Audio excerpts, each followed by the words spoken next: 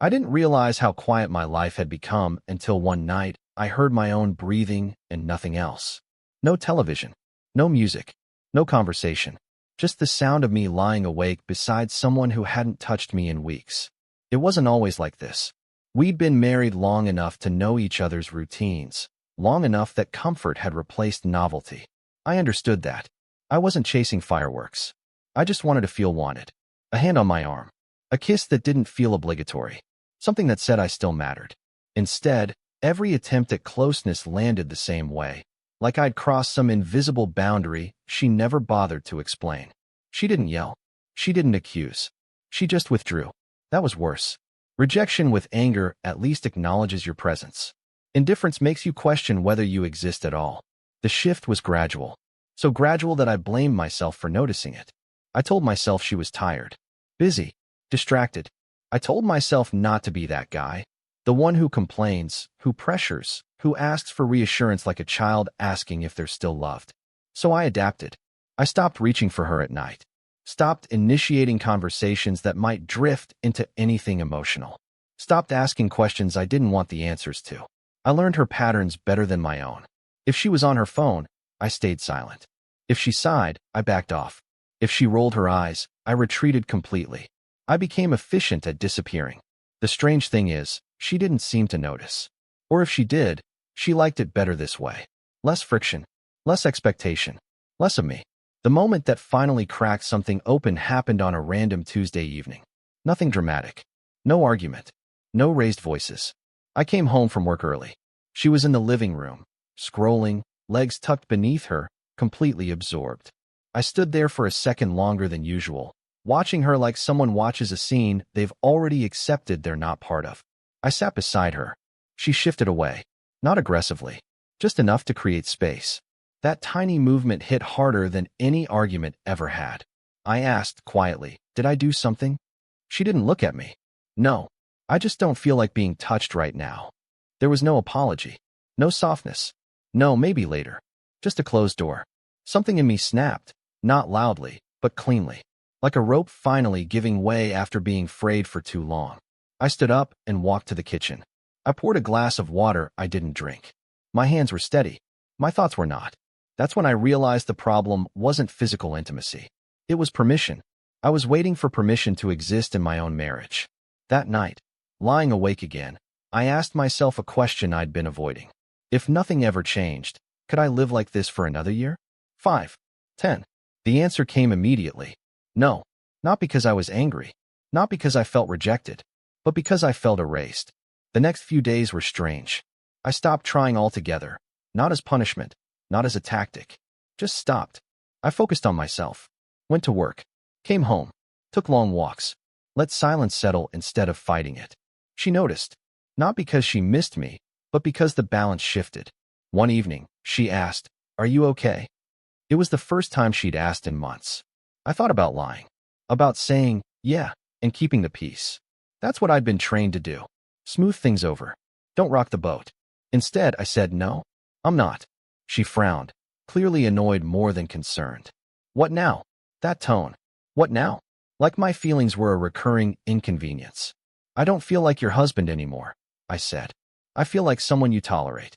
She laughed, not because it was funny, but because she didn't take it seriously. "You're overthinking again." That word again. Overthinking. As if awareness itself was the problem. I nodded slowly. "Maybe, but I'm done ignoring it." Her posture changed then. Defensive. Arms crossed. She told me marriage wasn't about constant closeness. That adults had separate lives. That wanting reassurance all the time was immature. I listened without interrupting. When she finished, I said something I hadn't planned. "I don't think you respect me." The room went still. She scoffed. "That's dramatic." "No," I replied. "What's dramatic is how small I've made myself to avoid bothering you." She didn't respond. She just shook her head and walked away. And that told me everything. That night, I didn't sleep beside her. I slept on the couch, staring at the ceiling, feeling something unfamiliar but solid forming inside me. Resolve. I wasn't going to beg for affection. I wasn't going to negotiate for basic dignity. And I wasn't going to teach someone how to value me. I didn't know exactly what came next yet. But I knew one thing with absolute certainty. This version of my life was over. The strangest part wasn't the tension. It was how normal everything looked from the outside. We still ate dinner together, still talked about bills, schedules, errands, still functioned like a unit that hadn't quietly fractured down the middle. But something fundamental had shifted. I stopped reaching, not as a test, not to prove a point. I simply stopped offering what wasn't wanted. At first, she seemed relieved. There were no sighs anymore, no subtle dodging, no irritation when I sat too close. I gave her space, and she filled it easily, scrolling, texting, disappearing into her world. That's when I noticed something unsettling. She didn't miss me. Not my touch, not my presence, not even my attention. What she missed was control. The first crack appeared when I didn't react the way I used to. One evening, she canceled dinner plans we'd loosely discussed. Normally, I would have asked why, tried to adjust, made myself flexible. This time, I just said, okay, and went for a walk. When I came back, she was sitting upright on the couch, phone untouched. Where did you go? She asked. Out, I said. That bothered her more than any argument ever had. A few days later, she tried something new. Casual affection. A hand on my arm in the kitchen. A kiss on the cheek that felt placed, not felt. Olmi would have leaned into it. Grateful. Hopeful. I didn't. I stepped back gently and said, I'm not confused anymore. She stared at me. Confused about what? About where I stand with you. That night, she accused me of pulling away. The irony almost made me laugh. I didn't pull away, I said. I stopped chasing. She rolled her eyes. You're being cold. No, I replied. I'm being accurate. That's when the conversation started escalating. She told me I was changing. I told her I was waking up. She said relationships go through phases. I asked why only one of us was expected to endure them silently. She said I was making everything about myself. I asked why I was the only one expected to shrink. The arguments weren't explosive. They were sharp, surgical. Each one stripped away another illusion I'd been clinging to. One night, she finally said what she'd been dancing around for months. I just don't need the same things you do. There it was. Not right now. Not lately. Not because of stress. Just who she was. And that makes me what? I asked. She hesitated. That makes you more intense than I am. Intense. Another word people use when they don't want to say inconvenient. I nodded slowly. Then we're incompatible. She laughed. You don't end a marriage over compatibility issues. No, I said. You end it when one person is expected to live without dignity. That's when the tone changed. She started accusing me of being dramatic, of exaggerating, of threatening the stability of our family because I wasn't getting what I wanted. I corrected her. This isn't about what I want. It's about what you're unwilling to give. She told me I was keeping score. I told her I'd finally started paying attention. The real turning point came when she tried to flip the narrative completely. You're acting like I owe you something. That sentence landed heavy. I'm not asking you to owe me anything, I said. I'm asking you to want me. And you don't. She crossed her arms. So what? You're just going to walk away. I looked at her carefully before answering. I already have, I said. You just didn't notice. That night, I slept in the guest room. Not dramatically, not angrily, just deliberately. The next morning, I called an attorney during my lunch break. Not to punish her, not to scare her, just to understand my options. Clarity has a way of accelerating things. When she found out I'd spoken to a lawyer, panic finally surfaced. Real panic. The kind you can't fake. Suddenly, she wanted to talk. Really talk. She suggested counseling, something she'd dismissed before. She promised effort. Change. Trying harder. But it all sounded wrong. Not because it was insincere, but because it was reactive. It wasn't born from understanding. It was born from fear. I told her the truth. I don't want to convince you to want me. I want to be with someone who already does. She cried that night. Real tears. The kind that might have stopped me months ago. This time, they didn't. Because beneath the sadness, I could finally see the pattern clearly. She didn't miss me. She missed the version of me that made her life easier. And I was done being that person. The outside world found out faster than I expected. Not because I announced anything, but because silence has a way of leaking. A missed dinner here. An unanswered call there. People notice when routines crack. The first call came from her sister. I let it go to voicemail. Then her mother. Then a mutual friend who opened with, I don't want to take sides, but, which is exactly how you know they already have. I listened to the messages later, one by one. Concern wrapped in accusation. Sympathy laced with judgment. No one asked how long I'd been feeling invisible. No one asked how it feels to share a home with someone who treats your presence like background noise. They all jumped straight to the ending, skipped the middle entirely. I didn't call any of them back. That seemed to upset her more than the separation itself. One evening, she cornered me in the hallway. Not aggressively. Strategically. "Why aren't you answering anyone?" she asked. "Because this isn't a group project," I replied. She scoffed. "They're worried." "No," I said calmly. "They're uncomfortable. There's a difference." She accused me of trying to control the narrative, of making her look like the villain by staying quiet. I almost laughed. "I spent years making sure you looked good," I said. "This is just me opting out." That's when she shifted tactics again. Suddenly, she wanted to talk about us, the early years, the trips we took, the inside jokes, the version of herself she claimed she used to be. "I don't know when we lost that," she said softly. I did, but I didn't say it. Because the truth wasn't flattering. We didn't lose it. She replaced it. With convenience. With emotional distance. With a version of marriage where she received without reciprocating. A few days later, she asked if I'd go to dinner with her. Just to talk. I agreed, not because I hoped for reconciliation, but because I wanted to see something clearly. We sat across from each other at a quiet restaurant. Candlelight. Soft music. All the atmosphere people mistake for intimacy. She reached across the table and touched my hand. I didn't pull away. I also didn't lean in. "You look different," she said. "I feel different." She smiled faintly. "I like it." That was the moment I understood something important. She wasn't responding to me. She was responding to my withdrawal. The moment I stopped needing her, I became interesting again. That realization hurt more than any rejection ever had. Over dinner, she spoke about trying harder, about making changes, about not wanting to lose what we'd built. I listened carefully. Then I asked her a simple question. "Why now?" She paused. "Just long enough." "Because I don't want to lose you." I nodded. "That's not the same as wanting me." Her expression tightened. "You're splitting hairs." "No," I said gently. "I'm naming the difference." On the drive home, she cried. Said she felt blindsided. Said she didn't realize how serious things had gotten. I didn't argue. I didn't comfort her either. Because there was a truth neither of us wanted to say out loud. If I hadn't reached my limit, nothing would have changed. That night, I slept in the guest room again. Not because we fought, but because clarity doesn't retreat once it arrives. The next morning, I met a friend for coffee. Someone who'd known me before my marriage, before I learned how to make myself smaller. He listened quietly as I talked. Then he said something that stuck. "You don't sound angry. You sound done." That was it. I wasn't leaving to prove a point. I wasn't threatening to regain leverage. I wasn't hoping she'd suddenly transform. I was stepping out of a life that required me to disappear in order to survive it. The legal process moved forward quietly. Paperwork, emails, meetings that felt strangely calm. She oscillated between cooperation and resistance. Some days she was understanding. Other days she was cold, distant, accusatory. One afternoon, she snapped, "You act like I abused you." I looked at her and said, "You neglected me."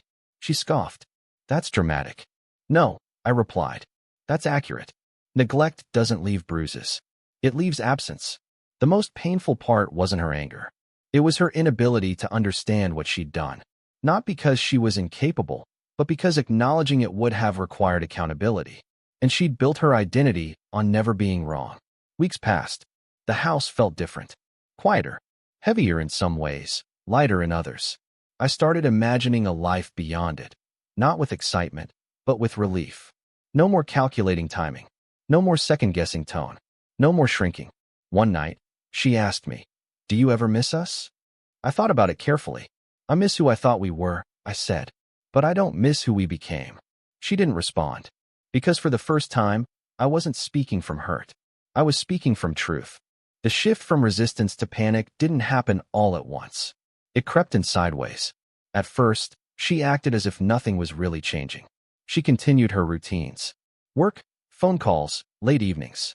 She spoke about the future in vague terms, as if the present situation were a temporary inconvenience that would resolve itself if ignored long enough. But reality has a way of demanding acknowledgement. The first sign was practical. She asked if I'd be keeping my name on the joint account. Not angrily. Casually. Like someone asking about trash pickup. "I've already moved my portion," I said. Her head snapped up. "You did what?" I separated my finances. She stared at me, processing. You didn't tell me. I wasn't asking permission. That was when the fear finally surfaced. From that point on, her behavior changed in noticeable ways. She started being nice. Not warm. Not sincere. Nice in the way people are when they realize they're losing leverage. She cooked dinner again. Asked about my day. Laughed at things that weren't funny. Once, she touched my arm while passing in the hallway and lingered half a second too long, as if testing whether the old reflex still worked. It didn't. That confused her.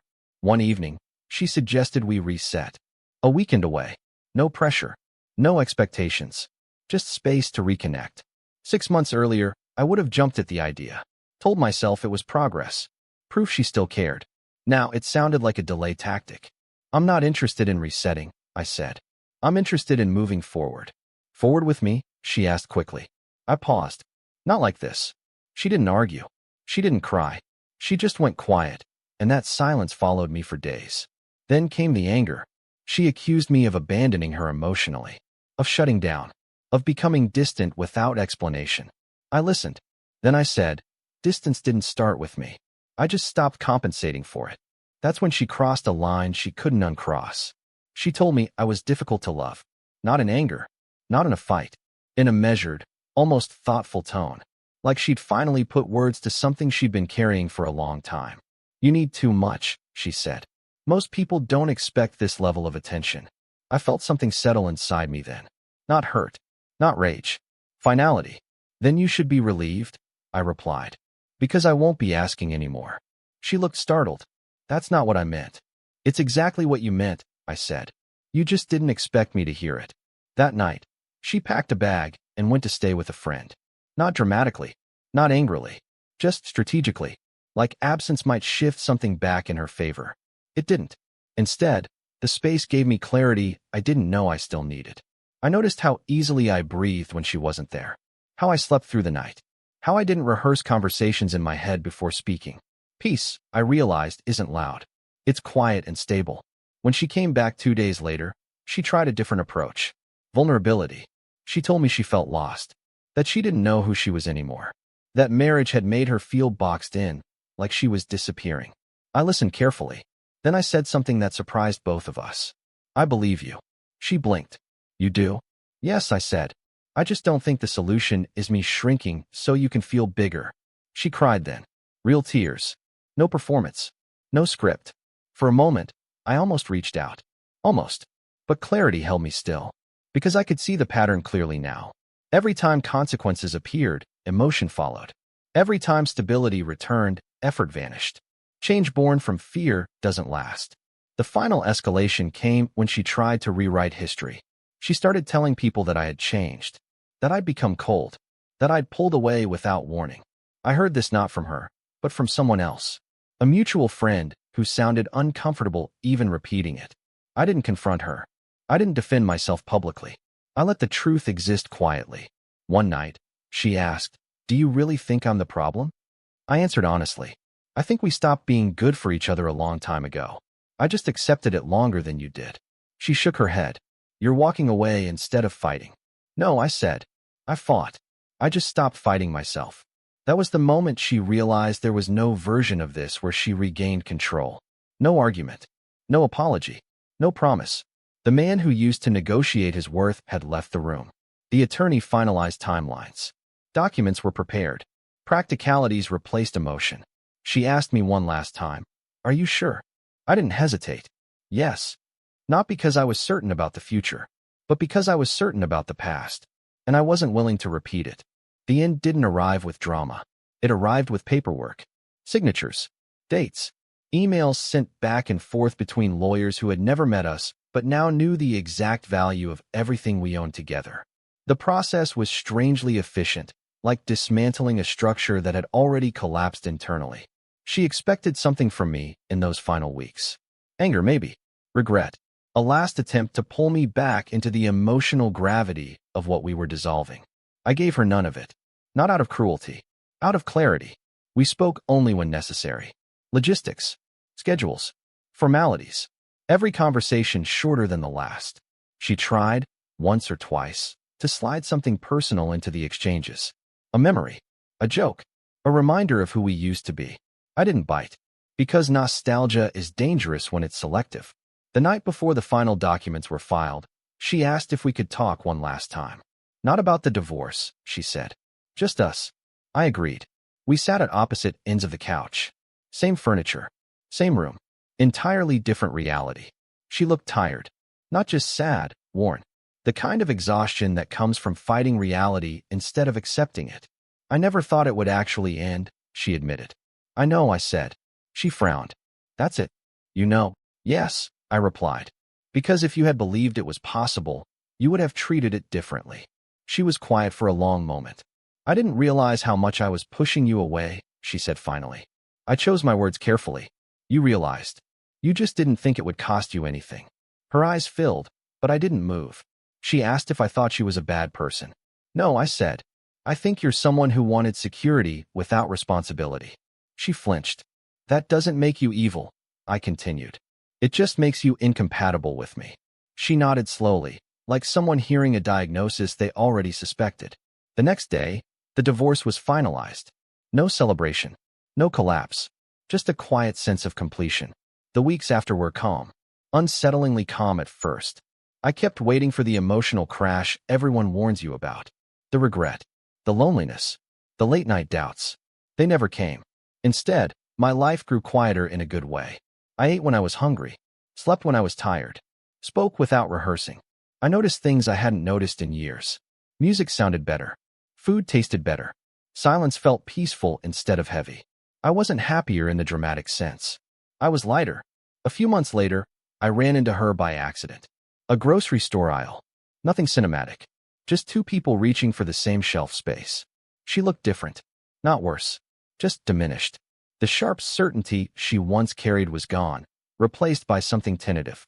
We exchanged polite words. Surface-level updates. Then she asked, "Are you seeing anyone?"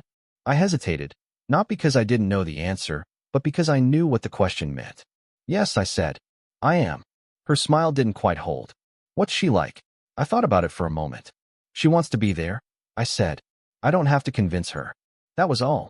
Later that night, sitting in my quiet home, I reflected on something I'd misunderstood for a long time. Love doesn't fade because people stop caring. It fades because people stop choosing. I hadn't left because I wasn't loved. I left because I wasn't valued. Those are not the same thing. Months passed. Life continued. Not perfect. Not effortless.